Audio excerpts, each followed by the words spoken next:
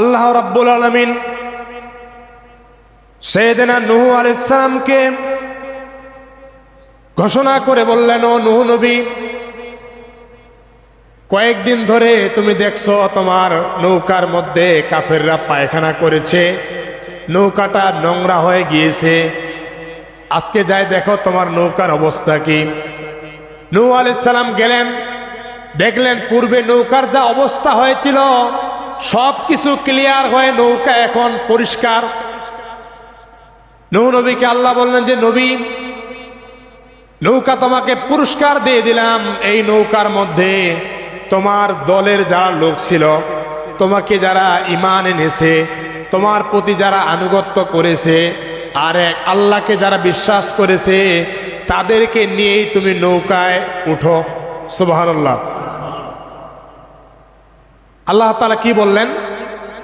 যারা তোমার প্রতি ঈমান এনেছে, আল্লাহর প্রতি ঈমান এনেছে, গণনা করে ওই ব্যক্তিদেরকে নিয়ে নৌকায় উঠেন। এর বাইরে কোনো ব্যক্তিকে ওঠার অধিকার নূহ নবীর আছে? আর আল্লাহ ডিক্লেয়ার করলেন কোরআনুল কারীমে 11 নম্বর সূরা আল হুদের মধ্যে আল্লাহ রাব্বুল আলামিন 40 নম্বর আয়াতে বলেছেন, নূহ হাত্তা ইজা জাআ আমরুনা ওয়া ফারাতান নূর কুল নাহমিল ফিহা মিন কুল্লিন যাওজাইন ইসনাইন ওয়া আহলাকা ইল্লা মান সাবাকা আলাইহিল কওল ومن آمن وما آمن معه إلا قليل। আল্লাহ তাআলা আদেশ দিয়ে দিলেন, নূহ, তোমার যারা ঈমান এনেছে তাদের নিয়ে নৌকায় উঠো। নৌকায় উঠলেই আমি আল্লাহ তাআলা মাটি থেকে পানি এবং স্রোত, উনুন, চুলো দিয়ে পানি বের করব। নূহ নবী তার ঈমান আনয়নকারী ব্যক্তিদেরকে নিলেন, নেওয়ার পরে নৌকায় উঠলেন। নৌকায় ওঠার সাথে সাথে সমস্ত মাটিটা ফেটে মানে স্রোতের মতো পানি ওঠা শুরু হলো। এরপরে চুলা যেগুলো ছিল, উনুন, সব চুলা দিয়ে যত বড় চুলা, পানির স্রোত বয়ে যাচ্ছে। বড় মোটর দেখেন নাই? বাংলাদেশে তো খুব একটা বড় মোটর নেই, মানে এত ব্যাপক পরিমাণে পানি আসা শুরু হলো। মনে হয় কয়েক মিনিটের মুহূর্তে এই পানিটুকু হাঁটু বরাবর চলে আসলো। কিছুক্ষণ পরেই কোমর বরাবর, কিছুক্ষণ পরেই বুক বরাবর। অর্থাৎ এটা শুধু এই সরকার পাড়ায় নয়, ওই কাফেরগুলো যেই জায়গায় ছিল, নূহ নবীর অবাধ্যকারীরা, প্রতিটা জায়গায় সমান বরাবর পানি। যে এই গ্রামে বন্যা হয়েছে, আরেক গ্রামে গিয়ে বাঁচবো।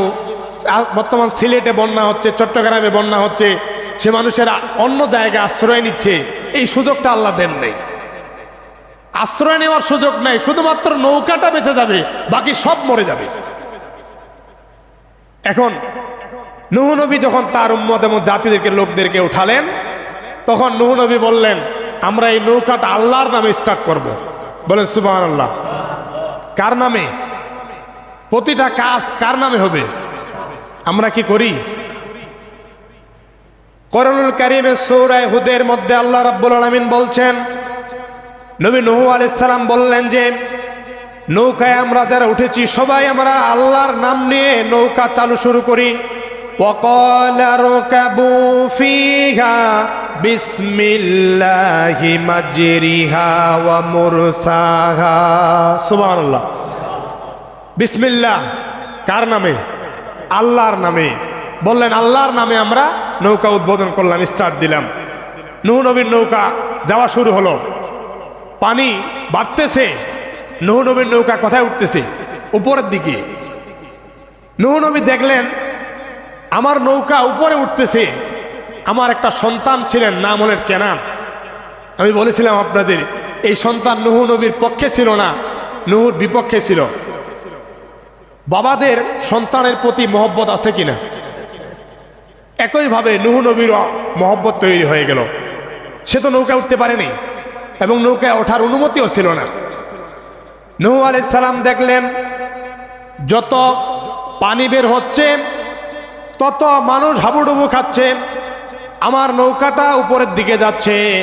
নূহ আলাইহিস সালাম দেখলেন ওয়াহিয়া তাজরি বিহিম ফি মাউজিন কাল জিবাল ওয়ানাদা নূহু ইবনাহু ওয়া কানা ফি মাযিলি ইয়া বুনাইয়া রকাম মা'না ওয়ালা তাকুম মা'আল কাফিরিন।